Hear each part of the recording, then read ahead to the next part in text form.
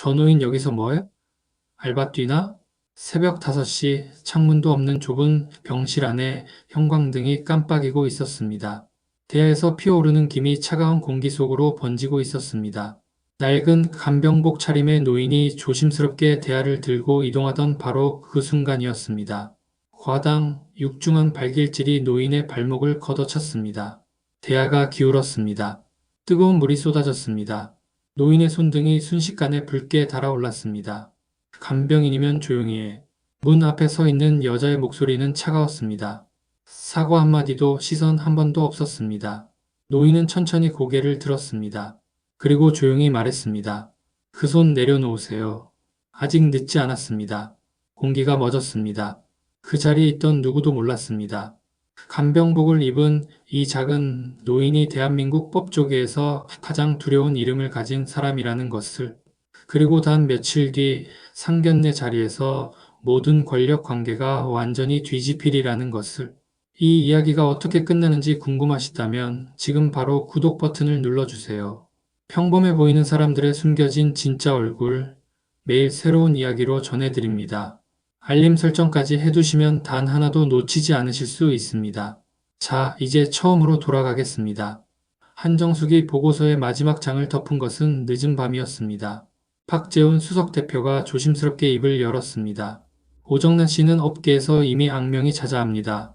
하청 직원들에게 폭언은 예사고 기분이 수틀리면 집기를 집어던지는 일도 한두 번이 아니라고 합니다.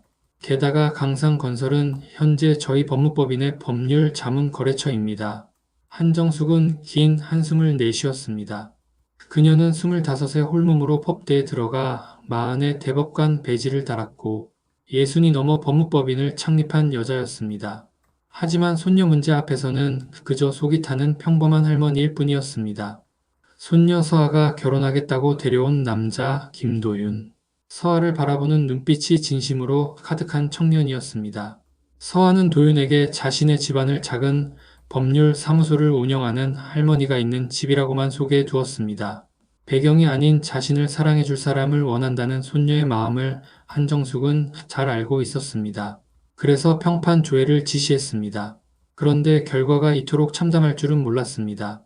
보고서에서 한 가지가 눈에 걸렸습니다. 오정란 씨 친정 어머니 간병인을 급히 구하고 있다는 항목이었습니다. 상견례 자리에서는 누구나 가면을 씁니다. 그 집안의 진짜 얼굴을 직접 봐야겠어요. 회장님, 위험합니다. 신분이 노출되면 어떻게 하시려고요? 제 손녀예요. 그 한마디로 대화는 끝났습니다. 다음날 아침 한정숙은 낡은 간병복을 입고 낡은 운동화를 신었습니다. 거울 속엔 어느 동네에서나 볼 수 있는 평범한 노인이 서 있었습니다. 서울 강남 어딘가 높고 단단한 고급 빌라 앞에서 초인종을 눌렀습니다. 누구세요? 인터폰 너머 목소리는 날카롭고 신경질적이었습니다. 오늘부터 간병하기로 한 사람입니다. 철문이 덜컹거리며 열렸습니다. 한정숙은 마른 침을 삼키며 그 안으로 발을 들여놓았습니다.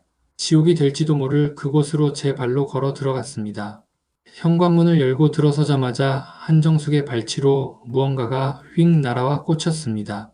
축축하고 거무튀한 걸레였습니다. 뭘 그렇게 멍하니 서 있어? 그거 안 보여.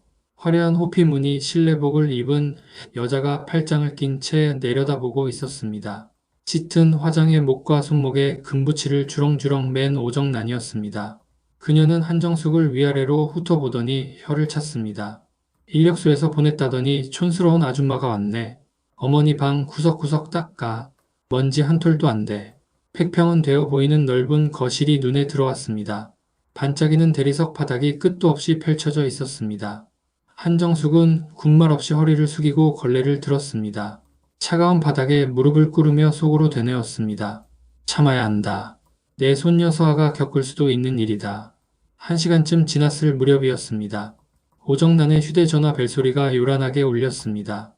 조금 전까지 한정숙을 쏘아붙이던 것과는 전혀 다른 교태 섞인 목소리가 흘러나왔습니다. 자기야, 나야? 거짓말이야. 내가 알아봤더니 아주 볼품없더라고. 편모스라에다가 어미가 조그만 사무소나 운영한다나 봐. 격이 떨어지게. 한정숙의 걸레질하던 손이 멈칫했습니다. 그래서 내가 도윤이한테 딱 잘라 말했어. 혼수 3억 못 해오면 결혼 없던 걸로 하라고. 걔가 도윤이한테 미쳐 있으니까 대출을 받든 어떻게든 가져오겠지. 안 그래? 깔깔거리는 웃음소리가 거실을 가득 메웠습니다. 한정숙은 바닥을 짚고 있던 손에 힘을 주었습니다. 분노로 손이 부들부들 떨렸습니다. 단순히 돈을 밝히는 수준이 아니었습니다. 서아의 순수한 사랑을 인질로 잡고 그 아이의 인생을 담보로 돈놀이를 하려는 것이었습니다. 쥐고 있던 걸레를 꽉 움켜쥐었습니다. 걸레에서 짜인 구정물이 대리석 바닥 위로 뚝뚝 떨어졌습니다. 내 손녀를 돈줄로 보는구나. 주머니 속 녹음기가 조용히 돌아가고 있었습니다. 한정숙은 다시 걸레를 밀기 시작했습니다. 지금 닦고 있는 것은 단순한 먼지가 아니었습니다. 이 집안이 뱉어낸 오물이었습니다. 사흘째 되던 날이었습니다. 오정란의 친정 어머니는 조용하고 온순한 분이었습니다. 한정숙이 손발을 씻겨드리고 약을 챙겨드리면 고맙다는 말을 잊지 않으셨습니다. 때로는 한정숙의 손을 가만히 잡으시며 고생이 많다고 하셨습니다. 문제는 늘 그 방 바깥에서 생겼습니다. 오전 나절 한정숙이 대야에 따뜻한 물을 담아 폭도를 지나던 참이었습니다. 바로 그때 안방에서 나온 오정란과 마주쳤습니다. 오정란은 한정숙을 보자마자 미간을 찌푸렸습니다. 아줌마, 어머니 방에 물 들어가면 환기시켜. 냄새 배잖아. 그것도 몰라? 한정숙이 고개를 숙이며 알겠다고 대답하는 순간이었습니다. 오정란의 손이 번쩍 올라오더니 한정숙의 어깨를 거칠게 밀쳐냈습니다. 비켜. 좁은 데서 왜 막고 서 있어? 대야가 기울었습니다. 뜨거운 물이 출렁이며 한정숙의 손등을 덮쳤습니다. 순간 피부가 달아오르는 열기가 손 전체로 번졌습니다. 붉은 기가 퍼지기 시작했습니다. 오정란은 눈썹 하나 까딱하지 않았습니다. 오히려 젖어드는 바닥을 내려다보며 혀를 찼습니다. 어휴, 닦아. 미끄러지면 어떡하게. 일처리가 왜 이래? 한정숙은 천천히 대야를 내려놓았습니다. 손등이 쓰라렸지만 그보다 더 뜨거운 것이 가슴 안쪽에서 끓어오르고 있었습니다. 사흘 동안 참고 또 참았습니다. 반말도 손 밀침도 걸레 던지는 것도 모두 사겨왔습니다. 하지만 사람을 밀어 넘어뜨리고도 사과 한마디 없는 이 태도만큼은 그냥 넘길 수가 없었습니다. 한정숙은 천천히 고개를 들었습니다. 오정란과 눈이 마주쳤습니다. 지난 사흘 동안 한 번도 본 적 없는 눈빛이었습니다. 굽어있지도 흔들리지도 않는 눈빛. 오정란이 자신도 모르게 반걸음 뒤로 물러섰습니다. 한정숙이 조용히 입을 열었습니다. 그 손 내려놓으세요. 아직 늦지 않았습니다. 짧은 정적이 흘렀습니다. 복도에 두 사람만 남은 것 같은 고요함이었습니다. 오정란은 이내 코웃음을 쳤습니다. 뭐야? 이 아줌마가 간병이니 주제 파악을 못하네. 당장 치우지 못해. 한정숙은 더 이상 아무 말도 하지 않았습니다. 묵묵히 허리를 숙여 젖은 바닥을 닦기 시작했습니다. 손등의 열기는 가시지 않았습니다. 하지만 그 통증이 오히려 지금 이 자리에서 해야 할 일을 더 선명하게 일깨워주고 있었습니다. 주머니 속 녹음기는 멈추지 않고 돌아가고 있었습니다. 오정란은 이미 돌아서고 있었습니다. 자신이 방금 무엇을 놓쳤는지 까맣게 모른 채로. 경고는 단 한 번뿐이었습니다. 그리고 그 기회는 그렇게 조용히 지나갔습니다. 나흘째 되던 저녁이었습니다. 오정란의 친정 어머니가 일찍 잠드신 뒤 한정숙은 부엌에서 약 봉지를 정리하고 있었습니다. 거실에서는 오정란과 도윤이 나누는 대화 소리가 흘러 들어왔습니다. 어머니, 혼수 얘기는 그만 좀 하세요. 서아 집안 형편 아시잖아요. 도윤의 목소리에는 피로감이 짙게 배어 있었습니다. 그만하긴 뭘 그만해. 너 내가 어떻게 키웠는데? 고작 그런 집구석이랑 엮이려고 해. 3억도 못 해오는 집이면 격이 맞질 않아. 사랑하는 사람이에요. 제가 벌어서 채울게요. 도윤의 목소리가 조금 높아졌습니다. 하지만 거기까지였습니다. 오정란이 목소리를 더 높이자 도윤은 이내 입을 다물었습니다. 한정숙은 부엌 구석에 서서 그 대화를 하나도 빠짐없이 듣고 있었습니다. 저 청년은 서아 편이었습니다. 하지만 어머니 앞에서 끝까지 밀어붙이지는 못했습니다. 그 소심함이 안타까우면서도 못내 마음에 걸렸습니다. 도윤이 나간 뒤 오정란은 한참 동안 혼잣말을 중얼거렸습니다. 한정숙은 조용히 어머니 방으로 돌아갔습니다. 그리고 창문을 등지고 앉아 주머니에서 작은 수첩을 꺼냈습니다. 지난 나흘 동안 눈으로 본 것, 귀로 들은 것을 하나씩 적어 내려갔습니다. 걸레를 던진 시각, 어깨를 밀친 상황, 혼수를 요구하는 통화 내용, 뜨거운 물이 쏟아진 순간.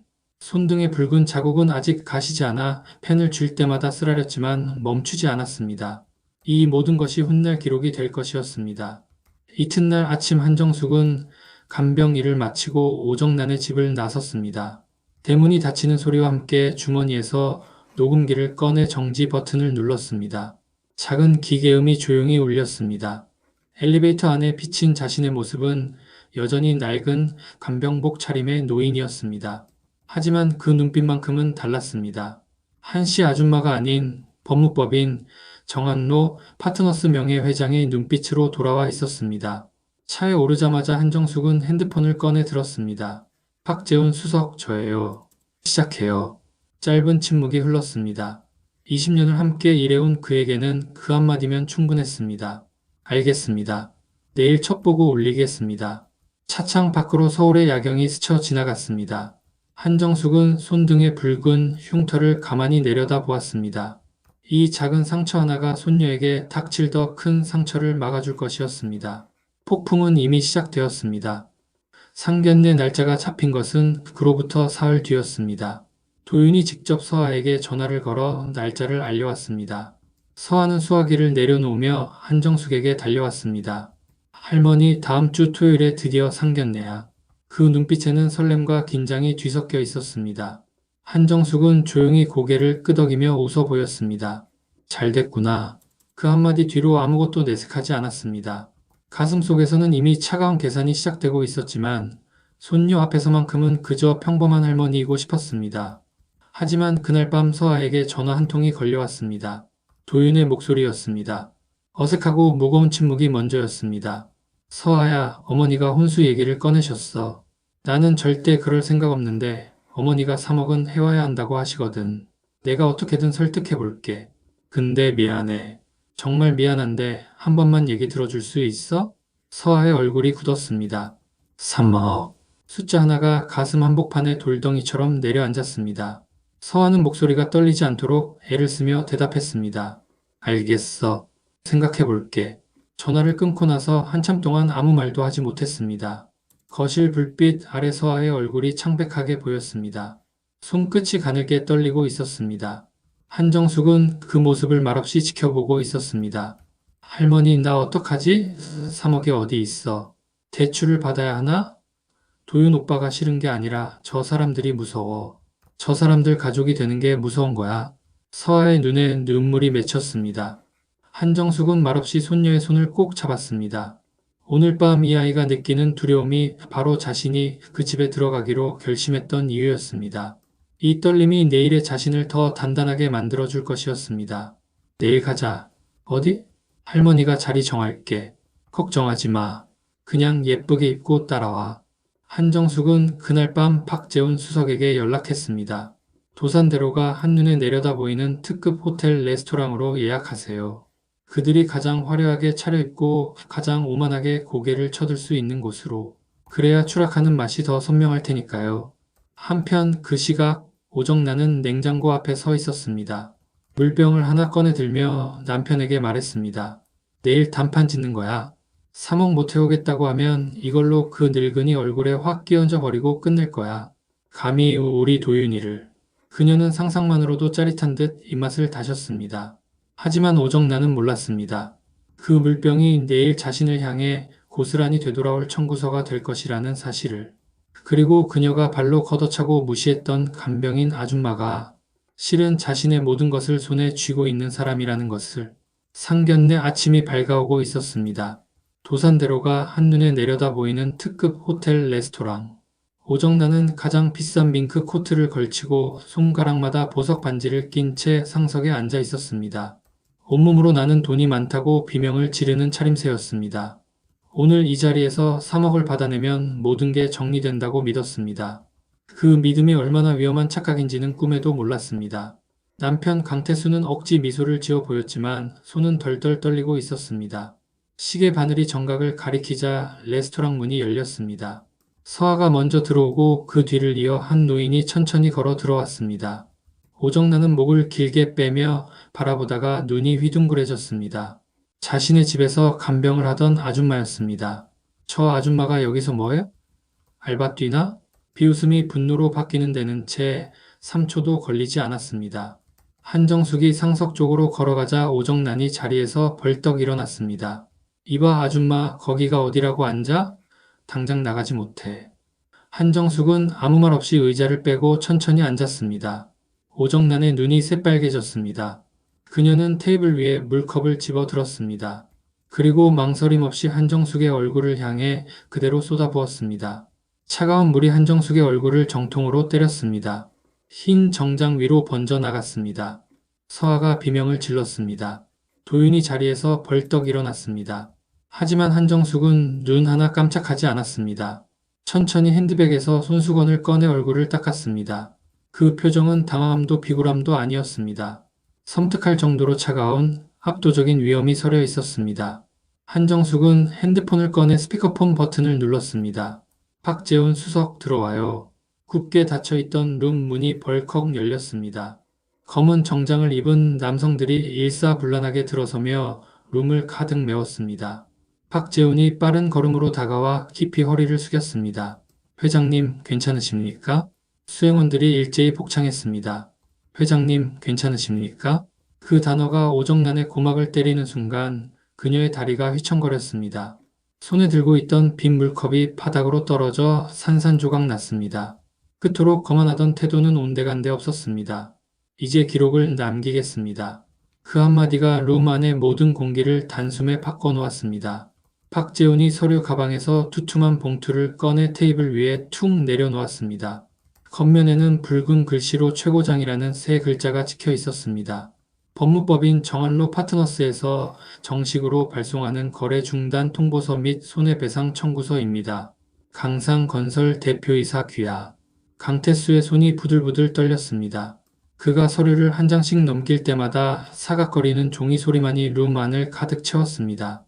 오정란의 법인카드 횡령 내역도 포함되어 있었습니다. 명품 쇼핑, 피부 시술, 유흥업소 출입 기록까지 회사 돈을 사금처럼 쓴 증거들이 빼곡했습니다. 25억. 강태수의 눈동자가 찢어질 듯 커졌습니다. 바로 그 순간 그의 주머니에서 휴대전화가 요란하게 울렸습니다. 거래은행 지점장이었습니다. 사장님, 본점에서 강상건설 모든 대출금에 대해 기한 이익 상실 통보가 내려왔습니다. 오늘 안으로 못 막으면 1차 부도 처리됩니다. 전화는 매정하게 끊겼습니다. 강태수의 손에서 휴대전화가 힘없이 미끄러져 떨어졌습니다. 그는 비틀거리며 한정숙 앞으로 기어왔습니다. 그리고 바닥에 이마를 조아렸습니다. 회장님, 살려주십시오. 제발 한 번만 자비를 베풀어 주십시오. 조금 전까지 호기롭게 상석을 차지하고 앉아있던 남자가 레스토랑 바닥에 이마를 대고 오열하고 있었습니다. 오정란은 그 모습을 보자 비명을 지르며 한정숙의 발밑으로 달려왔습니다. 회장님, 제가 죽을 죄를 지었습니다. 한 번만 봐주세요. 우리 사돈지간 아닙니까? 사돈지간. 그 단어가 역겨워 구역질이 날 지경이었습니다. 한정숙은 오정란을 말없이 내려다보았습니다. 며칠 전 자신의 발을 걷어차던 그 발이 지금은 바닥을 기고 있었습니다. 자업자득. 그 사자성어가 이토록 명징하게 증명되는 순간은 없었을 것입니다. 경고했습니다. 그 손 내려놓으라고. 아직 늦지 않았다고. 기억하십니까? 오정란이 울부짖었습니다. 잘못했습니다, 회장님. 정말 잘못했습니다. 한정숙은 천천히 몸을 돌렸습니다. 이 시간부로 강상건설 모든 법인, 계좌와 부동산에 가압류 들어갑니다. 법입니다. 그것으로 충분했습니다. 한정숙은 서아의 손을 잡고 뒤도 돌아보지 않고 룸을 나섰습니다. 문이 닫히자 그 소음은 순식간에 차단되었습니다. 폭도는 고요했습니다. 서아는 묵묵히 앞만 보고 걸었습니다. 하지만 잡고 있는 할머니의 손으로 그 아이의 미세한 떨림이 고스란히 전해져 왔습니다. 오늘 이 아이가 얼마나 많은 것을 잃었는지 한정숙은 누구보다 잘 알고 있었습니다. 그렇기에 지금 이 걸음이 더없이 무겁고 또 더없이 단단했습니다. 엘리베이터 문이 열렸습니다. 두 사람은 아무 말 없이 그 안으로 함께 들어섰습니다. 계절이 4번 바뀌었습니다. 먼저 강상건설의 최후부터 이야기해 드리겠습니다. 뉴스 화면 위로 긴급 속보가 흘러갔습니다. 중견건설회사 강상건설 최종 부도 처리. 대표이사 강모 씨 수십억 원대 횡령 혐의로 구속영장 청구. 실질 운영자 오모 씨, 채권자 피해, 야반도주, 경찰 추적 중. 공항터미널 CCTV에 찍힌 오정란의 마지막 모습은 초라하기 그지없었습니다. 그토록 자랑하던 밍크 코트는 온데간데 없고 모자를 눌러쓴 채 여행 가방 하나를 끌고 출국장을 빠져나가는 뒷모습. 평생을 돈과 허세로 포장해온 여자의 처량한 마지막 장면이었습니다. 그렇다면 그 폭풍 속에 남겨진 도윤은 어떻게 되었을까요? 한정숙의 책상 위에는 매달 박재훈이 올리는 도윤 동향 보고서가 조용히 쌓이고 있었습니다. 강남의 설계 사무소는 경매로 넘어갔고 도윤은 빈털터리가 된 채 상속 포기 각서를 썼습니다. 그가 향한 곳은 경기도 외곽의 작은 무료 진료소였습니다. 낡은 점퍼 차림으로 왕진 가방을 들고 비탈길을 오르는 모습, 땡볕 아래 어르신들의 손을 잡아드리는 모습, 한 달, 석 달, 6달, 1년. 그는 단 하루도 빠짐없이 그곳에 있었습니다. 한정숙은 보고서를 덮으며 안경을 벗었습니다. 1년 전 어머니 눈치를 살피던 그 유약한 청년은 이제 없었습니다. 자신의 신념대로 행동하고 잘못을 책임질 줄 아는 어른이 그 자리에 서 있었습니다. 그날 오후 한정숙은 서아에게 말했습니다. 나랑 잠깐 어디 좀 가자. 도착한 곳은 낡은 슬레이트 지붕들이 타닥타닥 붙어있는 달동네 입구였습니다. 언덕 위 처마 아래 할머니의 손을 꼭 잡고 눈높이를 맞춰 앉아있는 남자가 보였습니다. 도윤이었습니다. 서아의 눈이 커졌습니다. 숨을 들이키며 입을 틀어막았습니다. 1년 동안 하루도 안 빠지고 저러고 있더구나. 가봐. 직접 확인하고 스스로 선택해. 할머니는 내 선택을 믿는다. 서아는 발걸음을 옮겼습니다. 한 걸음, 두 걸음, 이내 다른 박질로 변했습니다. 도윤이 고개를 들었습니다. 달려오는 서아를 발견한 그의 얼굴에 놀라움과 사랑이 한꺼번에 피어올랐습니다. 한정숙은 조용히 차 문을 닫았습니다. 사람을 판단하는 데 필요한 건 겉모습이 아니라 어디까지 버티는가였다. 가을 햇살이 유난히 투명하게 부서지는 날이었습니다. 오늘 이야기 어떠셨나요? 저는 이 사연을 정리하면서 한 장면이 계속 머릿속에 남았습니다.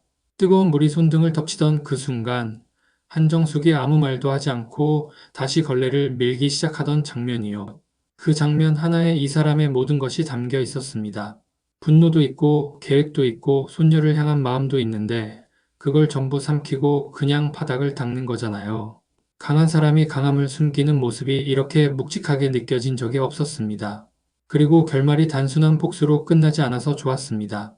오정란이 바닥을 기는 장면보다 도윤이 달동네 처마 아래 할머니 손을 잡고 앉아있던 장면이 더 오래 남습니다.